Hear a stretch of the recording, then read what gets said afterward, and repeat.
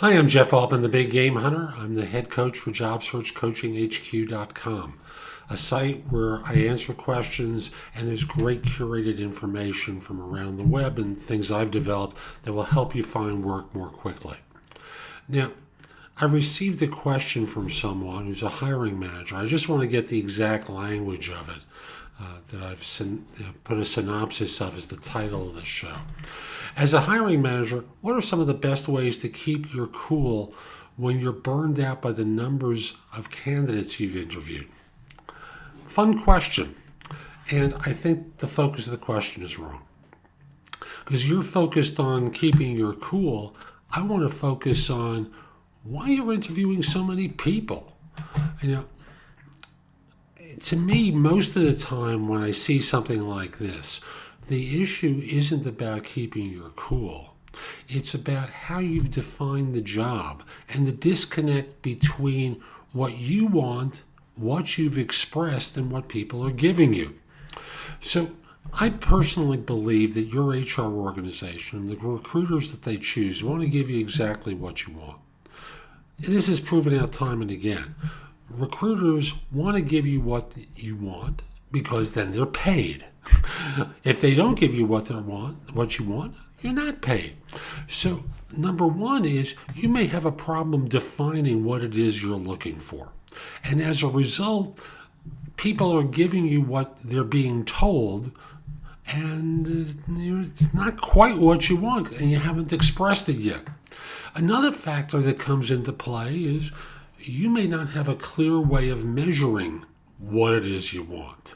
You say, I want someone who knows such and such.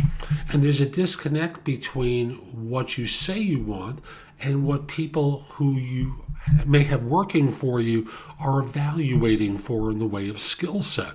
So you may not have managed your own staff adequately to get clear about what it is that you want.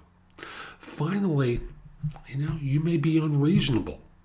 Your expectations and what the market may be willing to provide may not work together.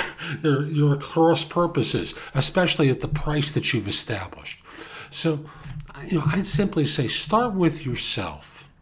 Get clear about what you want and how you want to assess for it.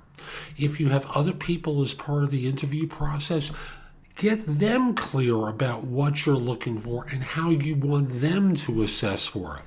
That you're not interested in certain superfluous things. To me, superfluous includes fit. Let me get to that in 1 second. You won't want them to assess for superfluous things. You want them to focus on skills knowledge, and this is the skill knowledge that you want them to assess for.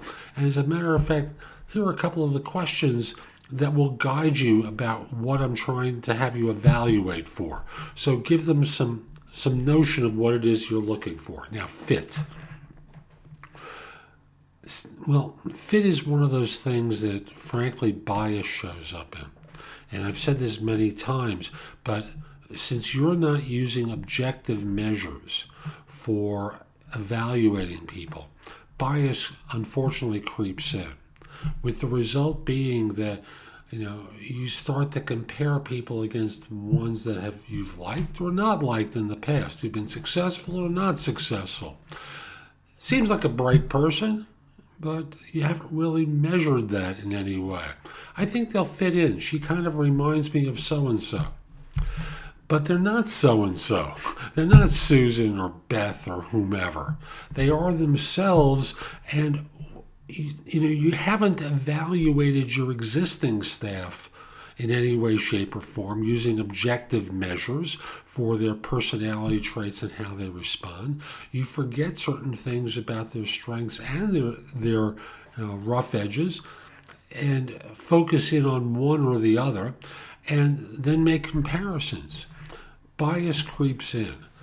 I'm just telling you, since you're not using any sort of an objective measure, and you're just winging it, you're not really doing a quality evaluation. All you can go by is, are they qualified or not?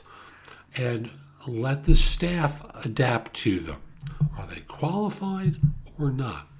Have the staff adapt. So I hope you found this one helpful.